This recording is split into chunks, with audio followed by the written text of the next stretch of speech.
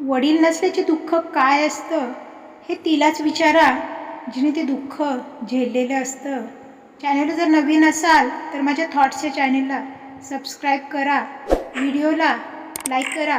Video आवडल्यास व्हिडिओला like नक्की करा आणि व्हिडिओ शेवटपर्यंत पाहायला मात्र विसरू नका. मित्र आणि मैत्रिणींनो, आजच्या व्हिडिओला सुरुवात करण्याआधी मी तुमचं स्वागत करते माझ्या थॉट्स या चॅनलवरती. आजचा विषय म्हणजे वडील असणं किंवा नसणं याचं दुःख नेमकं काय असतं. वडील नसणाऱ्यांना जाणवतं की वडील नसण्याचं दुःख नेमकं काय असतं. वडील जीवनामध्ये किती गरजेचे असतात आणि अशा वडिलांना जीवनामध्ये जपणं किती महत्त्वाचं असतं. नमस्कार, स्वागत आहे तुमचं माझ्या थॉट्स यूट्यूब चॅनलवरती. माझं नाव निशा. आज मी तुमच्याशी एका वेगळ्या विषयावर बोलणार आहे, तो म्हणजे वडिलांबद्दल आज आपण चर्चा करणार आहोत. तर सगळ्यात आधी तुम्ही मला ज्या गृहिणी आहेत, ज्या मुली आहेत, कुणी असो, लेडीज असो, जेंट्स असो, पण ज्यांना वडील आहेत आणि ज्यांना नाही, अशाने मला कमेंट करून यस असं जरी कळवलं तरी पण मला कळेल की बाबा मीच अशा प्रसंगातून आले की वडील नसण्याचं दुःख काय असतं ते मीच तसं खूप काही झेलले की बाबा तुमच्याही आयुष्यात वडील नसल्यानंतर अनेक प्रसंगांना तुम्हाला सामोरे जावं लागतं आणि वडील नसल्याची कमतरता काय असते. एक मुलगी म्हणून मला असं वाटतं की वडील नसणं हा खरंच खूप दुर्दैवी कन्सेप्ट आहे आणि ज्यांच्या आयुष्यात हा प्रसंग आहे, ज्यांना वडील नाही आहे, अशा मुलींना विचारा. आणि सगळ्यात जास्त म्हणजे या गोष्टीचा मला अनुभव किंवा या गोष्टीची जाणीव, वडील नसण्याचं दुःख काय असतं हे मला लग्नानंतर जाणवतं.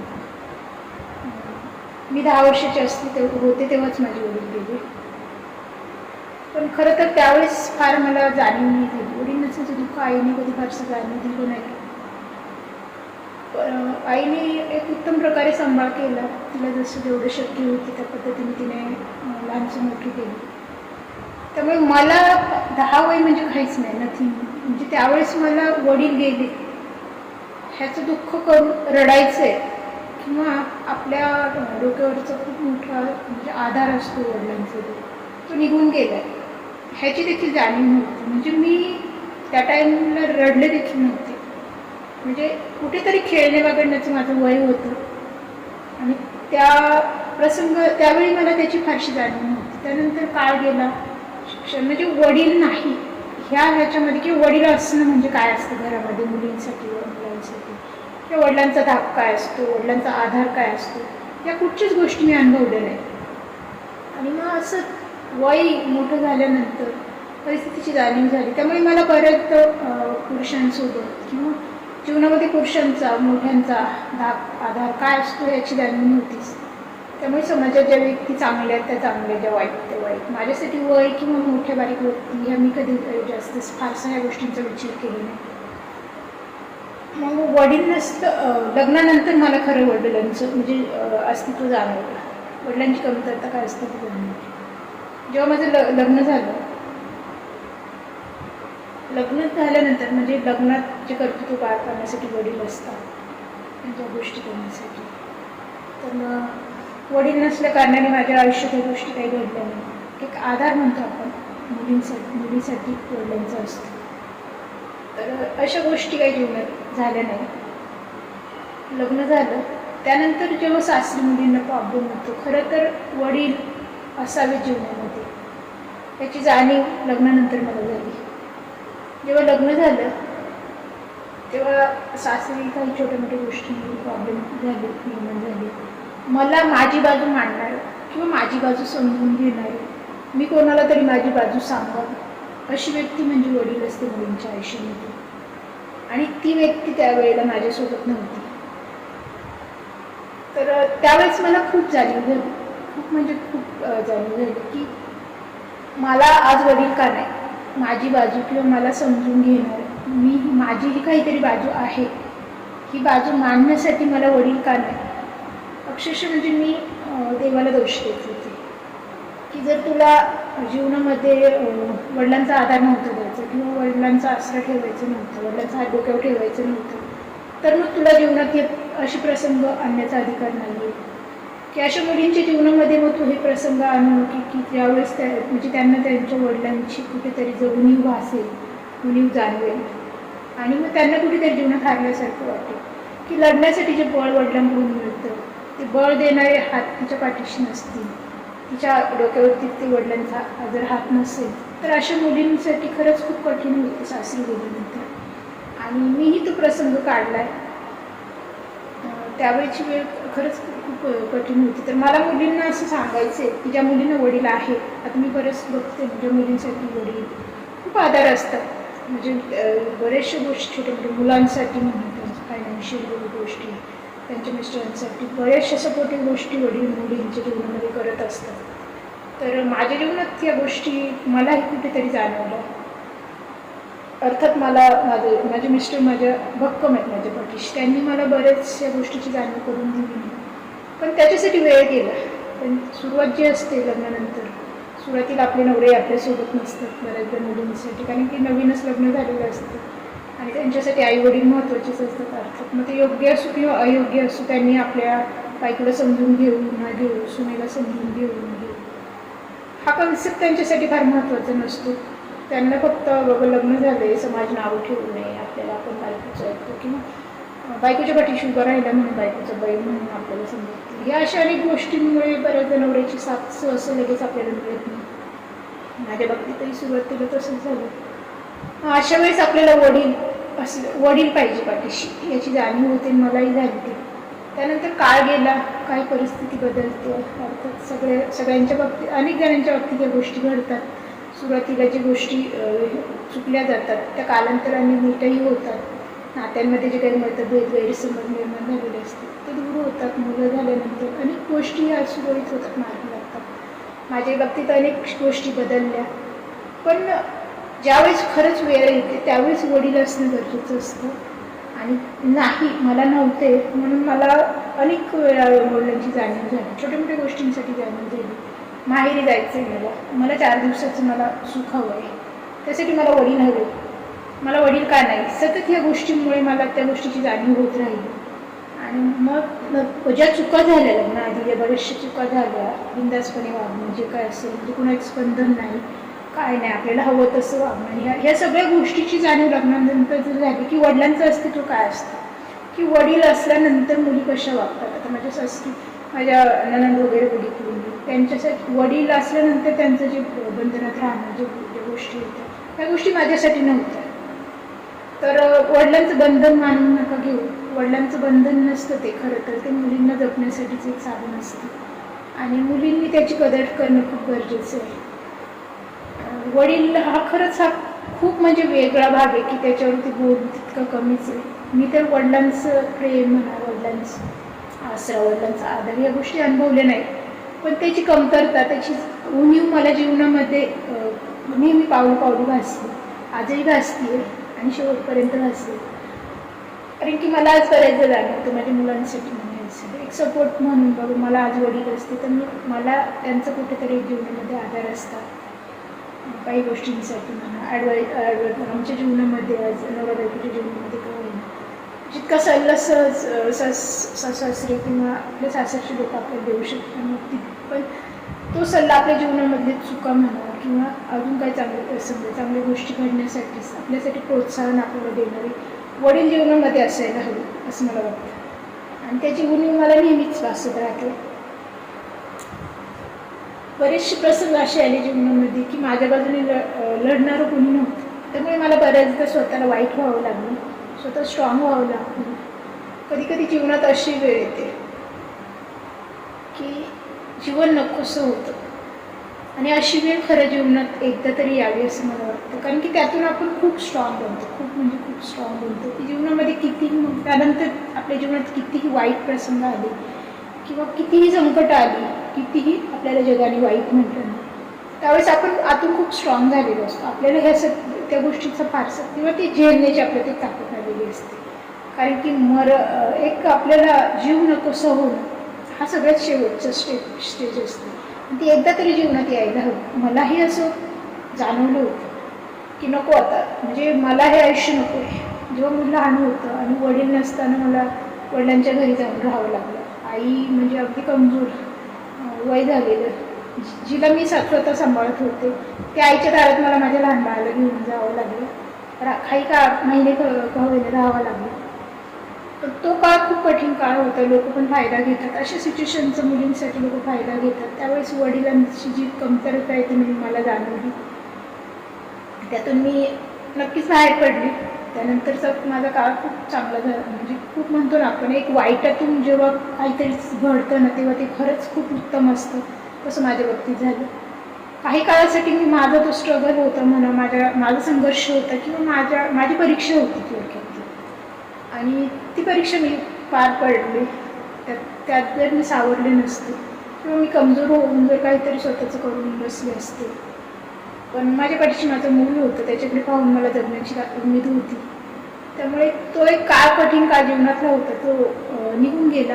पण त्यावेळेस देखील मला वडिलांची खूप जाणीव झाली.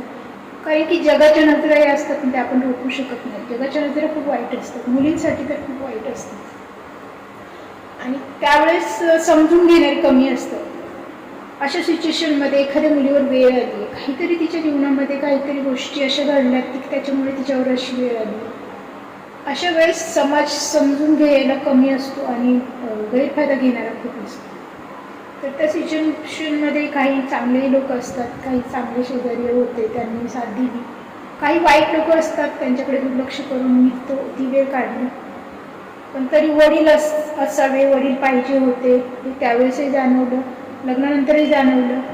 आता जीवनामध्ये बऱ्याचशा गोष्टी सुरळीत चांगल्या गोष्टी चालल्यात. सगळ्यांचा आधार आहे, नवऱ्याची साथ आहे, आणि सगळ्यात उत्तम चांगली गोष्ट त्यातून एक घडली की मला माझ्या मिस्टरांनी कधीच जीवनामध्ये वडिलांची कमतरता म्हणण्यापेक्षा वडिलांची उणीव भासू दिली नाही. त्यांच्या परीने ते 100% प्रयत्न करतात. कारण की मला जीवनामध्ये आपण म्हणतो ना, मुलींची हाऊस मौस करण्यासाठी, मुलींचे हट्ट पुरवण्यासाठी वडील लागतात जीवनामध्ये. मुली बऱ्याचदा वडिलांकडे हट्ट करतात. तसं माझा प्रत्येक छोटी मोठी हट्ट, माझ्या गोष्टी बऱ्याचदा मी दुखावली जाणार नाही किंवा मी काय मागितले आणि त्याला ते नाही म्हटले नाही, असं मला नक्की जाणवले. त्यामुळे आत्ता जो काळ सध्या माझ्या जीवनामध्ये आहे तो खरंच चांगल्या प्रकारे सुरू आहे.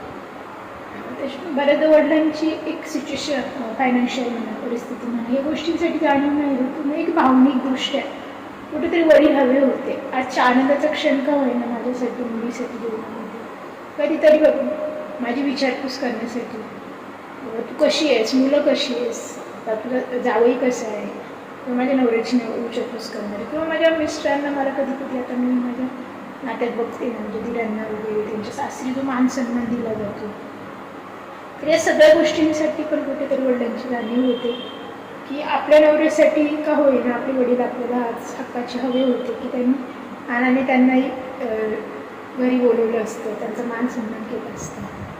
तर अशा गोष्टींसाठी सुद्धा मुलींना लग्नानंतर वडिलांची खूप म्हणजे जाणीव होते. मलाही बऱ्याच होते, आणि ते कधी बोलून दाखवत नाही, मिस्टर माझे कधीही बोलून दाखवत नाही या गोष्टी, पण त्यांच्यापेक्षा मला ह्या गोष्टीची जाणीव खूप होते. म्हणजे त्यांनी ते इजी एक्सेप्ट केले. आता नाही त्याला काय करणार. तर त्यांनी ह्या गोष्टीची कधी मला वाचिता केली नाही, कधी बोलूनही दाखवलं नाही, किंवा मला सासूवाडीचा काही आधार नाही, किंवा मला सासूवाडीला कुठे मानसन्मानाने वेळेला मला कुठे जागा नाही. तर कारण की आई असते, आणि बऱ्याचदा उलट आईचं कर्तव्य ते माझ्या आईला ते सांभाळतात. एक मुलगा म्हणून मुलीपेक्षाही जास्त ते माझ्या आईला जीव लावतात. आईसारखं तिला ते बघतात. पण शेवटी कुठेतरी वडील नसतं, ह्या गोष्टीला मला एक दुजोरा द्यायचं आहे की ज्या मुली लग्नानंतर म्हणजे लग्नाच्या आधी बऱ्याचशा मुलींना वडील असण्याची जाणीव नसते, ज्यांना आहे त्यांना नसते. बऱ्याचदा मुली म्हणते वडिलांचं तोंड काळ करणे, तर पळून जाणं, कुणावर तरी प्रेम करणं. मी म्हणत नाही प्रेम करणं चुकीचं आहे, प्रेम शेवटी हे नकळत होतं, आणि ती एक चांगली भावना आहे. एखाद्यावर प्रेम करणं, आयुष्यभर त्याच्यासोबत, त्याच्या आयुष्यभरासाठी त्याच्याशी जोडलं जाणं, ही एक चांगली गोष्ट आहे. पण ती जर आईवडिलांच्या सहमतीने झाली तर अगदी म्हणजे नक्कीच उत्तम की आपल्या आईवडिलांचा एक हात आधार आपल्याला सोबत राहील, त्यांचे आशीर्वाद आपल्यासोबत राहतील. तर मुलींनी जर अशा गोष्टी करण्याआधी आधी आईवडिलांचा सल्ला नक्कीच घ्या आणि मनाने ह्या गोष्टी करू नका जीवनामध्ये, की जेणेकरून की तुम्हाला आयुष्यामध्ये लग्नानंतर कुठेतरी या गोष्टींची जाणीव होईल.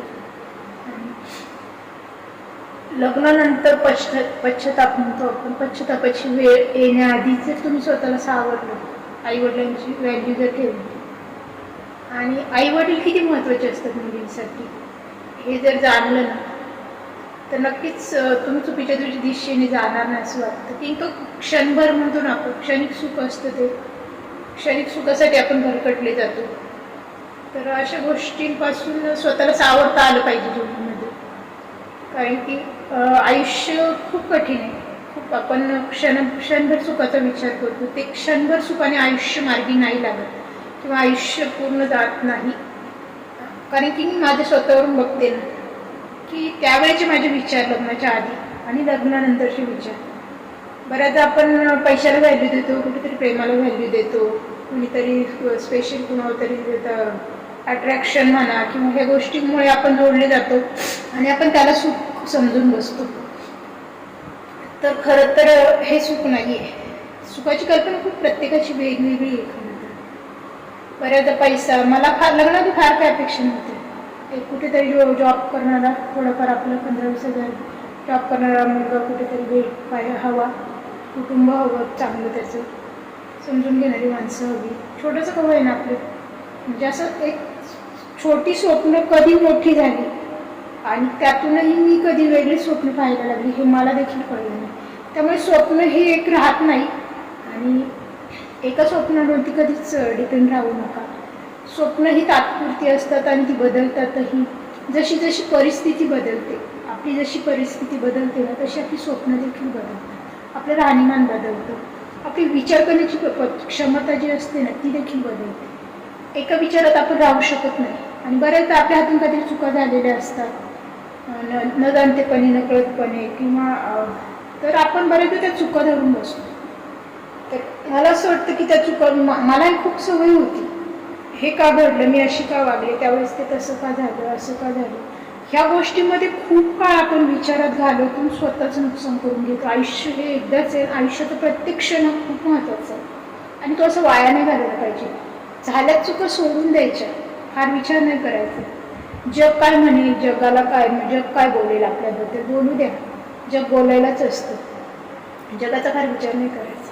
मी तर जेव्हापासून या गोष्टी शिकले ना जीवनामध्ये, की झालेल्या चुका किंवा घडलेल्या चुकांवरती आपण आधी विचार करणं थांबवायचं. जग आपोआप बोलणं थांबवतं. जगाने ते केव्हा सोडून दिलेलं असतं, ते आपल्या मनात असतं. म्हणून आपल्याला असं वाटतं की लोक अजून तेच धरून बसले की काय. लोकांना त्याच्याशी काही घेणं देणं नसतं. लोक त्यावेळेस त्याचा आनंद घेतात आणि सोडूनही देतात, कारण त्यांच्यासाठी संपूर्ण जग पडलेलं असतं. जगात आपणच असे नसतो की आपल्याच चुका त्यांना माहीत असतात, त्यांच्याही हजारो चुका असतात आणि साऱ्या जगाच्या चुका पाहायला ते मोकळेच असतात. त्यामुळे अशा लोकांचा विचार करत बसण्यापेक्षा आधी स्वतः सोडून द्या विचार करणं की आपल्या हातून हे घडलं किंवा आपण काहीतरी मोठी चूक केली. चुका सगळ्यांकडूनच होतात, मग आपण काय माणूसच आहे शेवटी. त्यामुळे फार विचार करत नाही बसायचा जीवनामध्ये.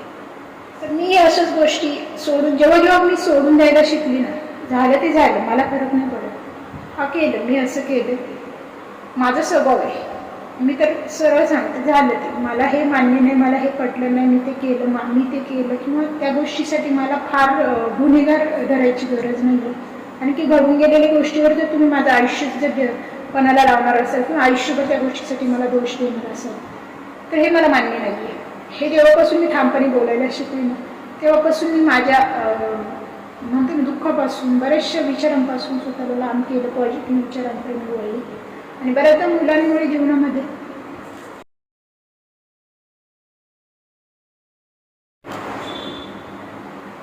आणि बऱ्याचदा आपल्या चुकांची जाणीव आपल्याला ना मुलं झाल्यानंतर होते. जेव्हा मुलं झाली जीवनामध्ये, तेव्हा मुलांनंतरचा जो काळ आहे, मुलांकडून पण आपण खूप शिकतो. आपली मुलं म्हणजे आपल्यासाठी आरसा असतात. मी एका व्हिडिओमध्ये मागे बोलली पण होती. तर मुलं ही खरंच आपले आरसा असतात. बरेचसे कपल बघा, बरेचशी जोडी आपण पाहतो की त्यांचे मुलं ही त्यांच्यासारखीच असतात. एक तर मुलगा आईवर असतो किंवा मुलगी आईवर असते. मुलगा वडिलांवर असतो किंवा मुलगी वडिलांवर असतो. म्हणजे हे जे समभाव असतात म्हणजे ते अनुवंशिक म्हणा त्या गोष्टी ऑटोमॅटिक असतात. बऱ्याचशा कपलांमध्ये 2 मुलं असतात आणि ते मुलगा मुलगी जे काय असेल ते आईवडिलांवर असतात. एक मुलगा आईवर एक मुलगी आईवर होती. म्हणजे हे जे आहे ते आमच्या बाबतीत पण तसंच. आम्हाला 2 मुलं आहेत. माझा छोटा मुलगा माझ्यासारखा आहे, मोठा मुलगा वडिलांसारखा आहे. अगदी म्हणतो ना आपण रंगरूप गुण दोष सगळ्या गोष्टी दोघांनी आमच्या कॅप्चर केल्या. म्हणजे आम्हाला देवाने आमच्या स्वभावांचा दाखवलेला एक आरसा असा आम्ही समजतो.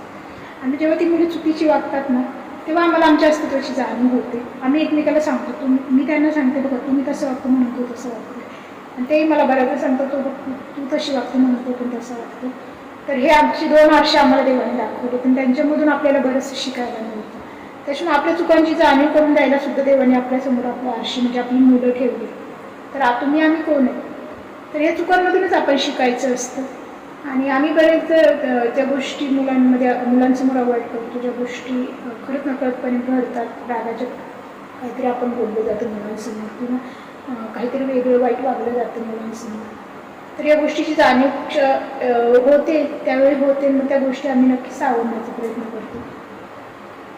तर मग अशा या चुकांमधूनही आपण आपल्या मुलांकडून आपण बऱ्याचशा गोष्टी शिकतो. त्यातून आपल्या मुलांचं भविष्य आपण चांगल्या प्रकारे बदलू शकतो, चांगलं घडवू शकतो. आणि मुलं झाल्यानंतर बऱ्याचशा गोष्टी असतो नात्यांची खरी ओळख होते. आता खरं तर लग्नानंतर मला जेव्हा सुरुवातीला सासरी त्रास झाला काही गोष्टींचा आई इकडे माहेरी असताना आईनीच होती. त्यामुळे मला फार घरकाम किंवा खूप फार जबाबदारीची जाणीव किंवा बंधन वडिलांचा दाब पुरुषांचा दाब एक घरामध्ये पुरुषांचं अस्तित्व हे वरचढ असतं. ह्या गोष्टी मला म्हणजे मी अनुभवल्याच नव्हत्या. त्यामुळे मला त्या गोष्टी लग्नानंतर पटल्या नाही. ते घरात पुरुषांचं वर्चस्व किंवा ते पुरुषप्रधान म्हणतो आपण तसं की बाबा पुरुषांनी काहीच काम करायची नाही किंवा पुरुषांच्या अगदी पुढे करायचं नाही ह्या गोष्टी मी कधी अनुभवल्याच नाही. त्यामुळे मला त्या पटल्याच नाही लग्नानंतर. त्यामुळे मी मी त्या विचारात वाढली होती म्हणून कदाचित माझ्या बऱ्याचशा गोष्टींकडे पाहण्याचा दृष्टिकोन वेगळा होता. त्यामुळे कदाचित मला त्या गोष्टी जमल्या नाही किंवा सहन झाल्या नाही आणि मग माझ्याकडून कुठेतरी काही गोष्टींना विरोध झाला.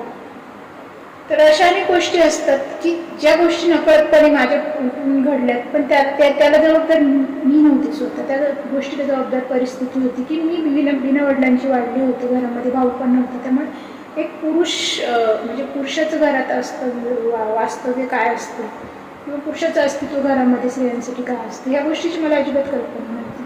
त्यामुळे बऱ्याचदा लग्नानंतर मी माझ्या मिस्टरांना पण अनेक गोष्टी सहजरित्या घेतल्या की अनेक गोष्टी त्यांच्याकडून खूप गोष्टींची अशी सहज अपेक्षा करत होती. म्हणजे समतोल म्हणतो ना की म्हणा मी हे करते तू का नाही करू शकत तू ते केलंच पाहिजे हे केलं पाहिजे ते केलं पाहिजे. म्हणजे अनेक ज्या गोष्टी त्यांच्यासाठी एक्सेप्टेबल नव्हत्या पण मी त्या त्यांच्यावरती लादत गेली. त्यामुळे कदाचित नात्यांमध्ये छोट्या मोठ्या गोष्टी झाल्या पण आता बऱ्याचशा गोष्टी या समजून घेण्याच्या पलीकडे गेल्या की तेही समजून घेतात. मलाही बऱ्याचशा गोष्टींची जाणीव झाली. मग आता मुलं झाल्यानंतर जेव्हा संसार परिस्थिती जेव्हा माणूस अनुभवातून खूप काही गोष्टी शिकतो परिस्थितीतून गोष्टी शिकतो. बऱ्याचदा आता असं जाणवायला लागलं की पैसा महत्त्वाचा नाही आहे माणूस महत्त्वाचा आहे. कधी काळी असं वाटायचं की जीवनामध्ये पैसा महत्त्वाचा आहे आणि पैशामुळेच माणूस सुखी होतो. तर असं देखील नसतं. पैसा तर एक आपण म्हणतो तो जगण्यासाठी तर गरजेचा आहेच आहे. चांगलं आयुष्य जगण्यासाठी पैसा अर्थातच महत्त्वाचा आहे. पण पैशाच्या पलीकडे पण माणूस महत्त्वाचा आहे. माणसाची साथ आणि बऱ्याचदा आपली माणसाची आपल्या उपयोगी येतात वेळेला. जग कधीच उपयोगी येत नाही. आपण बऱ्याचदा म्हणतो समाजामध्ये चांगली नाती जोडली गेली किंवा चांगले लोक जोडले तर ते देखील उपयोगी पडतात. अर्थात येतातही.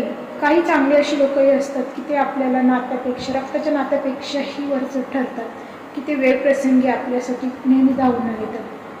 पण बऱ्याचदा मला असं वाटतं की रक्ताची नाती ही रक्ताची असतातच आणि तीही देखील शेवटपर्यंत आपल्या उपयोगी येतात. मग ती किती मतभेदातून दुरावलेली जरी असेल ना तरी वेळप्रसंगी ते आपल्या पाठीशी किंवा आपल्या बाजूने उभी राहतात, आपल्याला साथ देतात. आणि असा हा अनुभव देखील मला नात्यांच्या बाबतीत आलेला बऱ्याचदा. त्यामुळे आणि बरेचदा आपण काय करतो नात्यामध्ये नातं दुरावण्याचं सगळ्यात महत्त्वाचं कारण म्हणजे काय की आपण नात्याचा फार विचार करतो. नात्यामध्ये जे मतभेद झाले सुरुवातीला, कुठचंही सुरुवातीला नातं जोडलं गेलं, लग्नानंतरचं नातं असो किंवा लग्नात म्हणजे नातेवाईकांमध्ये असो, काही छोटे मोठे मतभेद असतात. आपल्याला कळण्याची मतं स्वभाव पटत नाही, आपला स्वभाव कोणाला पटत नाही. मग कुठेतरी चर्चा होते आणि ती चर्चा कुठेतरी आपल्यापर्यंत पोचते, वेगळ्या कोणामार्फत तरी ती आपल्यापर्यंत पोचते. पण मग अशा वेळेस आपण हा विचार नाही करत. आपण ज्यांनी आपल्याला सांगितलं त्या व्यक्तीबद्दल विचार करायचं सोडून जे लोक बोलले गेले त्या लोकांशी आपण मतभेद, त्यांच्याबद्दल आपण गैरसमज निर्माण करतो आणि त्यांच्याशी असलेलं नातं तोडून घेतो. पण जी व्यक्ती आपल्याला सांगते, ज्या व्यक्तीनं आपल्यामध्ये हे मतभेद तयार केले, ती व्यक्ती खरंच योग्य आहे का, त्या व्यक्तीचा उद्देश जो आहे तो खरंच चांगला आहे का, त्या व्यक्तीचा तोच मोटिव्ह आहे की तुमच्या नात्यामध्ये दुरावा निर्माण व्हावं, तुमचं नातं तुटावं, म्हणून त्या व्यक्तीने मध्ये येऊन हे सगळं केलेलं असतं. ह्या गोष्टीचा विचार आधी आपण करायला हवा. बऱ्याचशा नात्यांमध्ये ह्याच गोष्टीचा विचार केला जात नाही. मग ती मधली व्यक्ती या गोष्टीचा फायदा घेते आणि नात्यांमध्ये अजून दुरावा निर्माण करते. तर मग मलाही या गोष्टीची मलाही म्हणजे हे अनुभव आले, सुरुवातीला मलाही अनुभव आले, मलाही अनेक गोष्टी सांगितल्या गेल्या. म्हणजे मध्ये सांगणारे लोक खूप होते, तुझ्याबद्दल असे बोलले, तुझ्याबद्दल तसे बोलले. त्यामुळे मी बऱ्याचदा मनात राग ठेवून वर्षानुवर्ष मीही त्यातच घालवली. मीही चूक केली असं नाही, मीही केली. पण त्यानंतर मग त्यातून एक गोष्ट लक्षात आली की ज्यावेळेस एखादी व्यक्ती आपल्याला सांगते त्यावेळेस ती आपण आपल्या कानाने ऐकलेली नसते किंवा ती ऐकलेली नसते, हे तर 100% खरं असतं. पण त्या व्यक्तीच्या सांगण्यानंतरही आपण स्वतःला जे डिस्टर्ब करून घेतो, म्हणजे आपल्या मनात कुठेतरी सतत द्वेष, राग आणि त्या रागात आपण राहतो, म्हणजे कुठेतरी आपण आपल्या स्वतःचं नुकसान करतो. तेव्हापासून मी ठरवलं अशा व्यक्तींपासून लांब राहायचं. मग मी ज्या अशा व्यक्ती माझ्या संपर्कात होत्या ना, अशा व्यक्तीने माझ्या आयुष्यातून डिलीट केलं, पूर्णपणे डिलीट केलं की त्या लोकांशी माझा कॉन्टॅक्ट होणारच नाही. किंवा जरी म्हणतो ना आपण, काही गोष्टी अशा असतात की काही कारणाने एकत्र यावंच लागतं. जरी असे प्रसंग जरी आले ना, तरी फेस टू फेस फक्त तू एक माणूस म्हणून फार तर एक स्माईल, ह्याच्या पलीकडे मी माझे 4 शब्दसुद्धा मी त्यांच्यापर्यंत पोहोचूही गेले. किंवा माझं लाईफ काय सुरू आहे किंवा माझ्या आयुष्यात काय सुरू आहे किंवा माझ्याबद्दल कोण काय बोललं, ह्या गोष्टी मी जाणून घेण्याचा प्रयत्नही केला नाही. त्यानंतर मी खूप सुखी होत गेली, कारण की माझ्यापर्यंत कोणत्या गोष्टी पोहोचल्या नाही ना. आणि त्यामुळे काय झालं, माझ्या मनात ज्या लोकांबद्दल राग, द्वेष होता, तर अशा लोकांबद्दलचा राग देखील हळूहळू कमी झाला, कारण की माझ्यापर्यंत त्यांनी जे बोललं गेलं होतं ते पोहोचत नव्हतं. त्यामुळे काय झालं की मी तर सुखी झालेच. माझा जो स्ट्रेस, मानसिक गोष्टी मी डिस्टर्ब व्हायची, या गोष्टी ऐकल्यामुळे त्या गोष्टी माझ्या जीवनात घडतच नव्हत्या. त्यामुळे मीही आनंदी राहायला लागली आणि इनडायरेक्टली त्याचा परिणाम, जे मतभेद झालेली नाती होती आमची, त्या नात्यांमुळे म्हणजे त्या नात्यामधलं जे अंतर होतं ते अंतर देखील कुठेतरी कमी झालं. मग एक अशा आनंदाचे प्रसंग म्हणा, या गोष्टींसाठी एक म्हणतो आपण आपली लोक म्हणून त्यांच्यासोबत मिसळायला वागायला काहीच प्रॉब्लेम म्हणजे निर्माण होत नाही. मग मलाही त्याची आवड निर्माण झाली. आपोआप ते नातं, जे दुरावलेलं नातं असतं ते एकत्र येतं. तर मला असं वाटतं बऱ्याचशा लोकांमध्ये हाच प्रॉब्लेम होतो, अनेक नात्यांमध्ये तर हाच प्रॉब्लेम होतो. त्यामुळे आधी जी व्यक्ती असते ना मध्ये, त्या व्यक्तीवर विश्वास ठेवण्याआधी स्वतःला त्या व्यक्तीपासून दूर करा. बऱ्याचशा गोष्टी म्हणजे खूप गोष्टींना फरक पडतो. त्याच्यामुळे आपल्या जीवनामध्ये निगेटिव्ह गोष्टी आपल्या जीवनातून बाहेर जातील ना, तेवढ्या गोष्टी आपले विचार हे पॉझिटिव्ह दिशेने वळतात आणि विचार आपले पॉझिटिव्ह गोष्टीकडे वळले ना की आपल्या जीवनामध्ये पॉझिटिव्ह गोष्टी घडतात. माझ्या बाबतीत तर खरंच खूप बदल झाले. मला असं वाटतं की आणि ज्या लोकांचा त्रास झाला ना, तर त्या लोकांच्या गोष्टी मी सोडून द्यायला शिकले, कारण की त्या घडून गेलेल्या गोष्टी आपण बदलू शकत नाही. मग त्या आपल्याकडून झालेल्या चुका असो किंवा समोरच्याकडून झालेल्या चुका असो, त्या गोष्टी आपण बदलू शकत नाही. आपण जरी एखाद्याला दुखावलं असेल, आता मलाही बऱ्याचदा पटकन बोलायची सवय आहे, एखाद्या रागामध्ये मी पटकन बोलून जाते. पण मग आता बोलून जाते, माझ्या हातून चूक घडते, मला ती मान्य आहे. पण मग म्हणून मी तिला बोलली, म्हणून मग मी तिला तोंड दाखवणार नाही किंवा मला तिच्याकडे जायचंच नाही, मला तिच्याशी संबंधच ठेवायचं नाही, हे योग्य नाही आहे. कारण की आयुष्यात शेवटी स्वभाव असतात, स्वभाव दोष आपण बदलू शकत नाही, स्वभावाला औषध नसतं. पण मग मी बोलली आहे, मी बोलली, मला मान्य आहे, मला ते मान्य झालं ना, तिथेच माझं मोठेपण आहे. बाबा मी रागाच्या घरात बोलली असतं, मी तुम्हाला ते मान्य, माझी ती चूक झाली. पण याचा अर्थ असं नाही की मग ते नातं कुठेतरी सोडून द्यायचं, मग त्या नात्यापासून कुठेतरी दूर पडायचं. तर हे करणं मी सोडलं.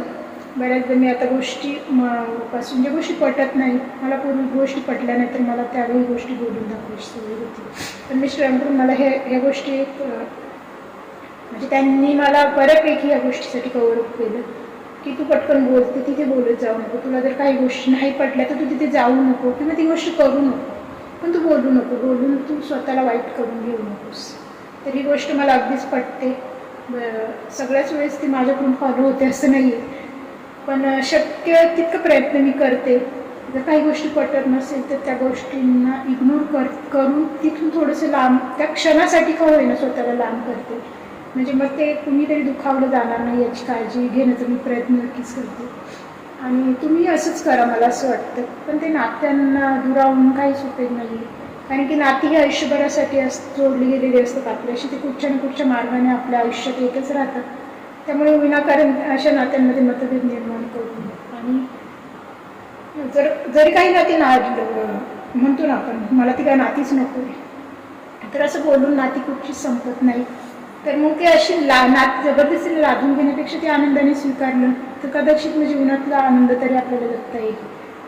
तर असं आनंद स्वीकारण्यासाठी पण अनेक गोष्टींची गरज असते. खरं तर आजचा विषय वेगळाच होता, वडिलांचा विषय होता ना, आज मी वेगळ्याच दिशेने बोलत गेली.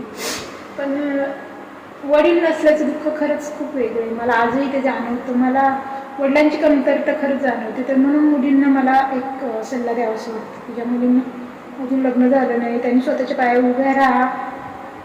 आणि वडील जरी असू नसू, स्वतःच्या पायावर उभ्या राहा असल्या नसल्या तरी वडिलांचं अस्तित्व खरंच मुलींसाठी खूप गरजेचं असतं. लग्नानंतर तर ते अगदीच जाणवतं आपल्याला.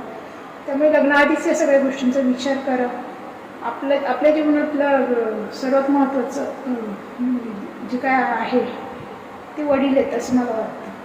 कारण की वडील नसणं काय असतं ना, हे मी तरी जाणले. आणि ज्यांना नाही त्यांना त्याची जाणीव नक्कीच होत असेल. आणि ज्यांना आहे त्यांनी त्याची जाणीव ठेवा की आपल्याला खरंच तुम्ही नशिबान आहात, तुम्हाला तुमच्या पाठीशी तुमच्या वडिलांचा हात आहे. तर असा आजचा आपला वडिलांबद्दलचा छोटासा विषय तुमच्याशी बोला असं वाटला. बोलून मन हलकं होतं म्हणतात, म्हणून हा छोटासा प्रयत्न. तर पुन्हा अशा नवीन एखाद्या विषयाला घेऊन मी तुमच्यासोबत जोडली जाईलच. माझे विषय, माझे विचार तुम्हाला कसे वाटतात, की गृहिणी म्हणून काय करायचं इथे तिथे जाऊन गप्पा मारण्यापेक्षा.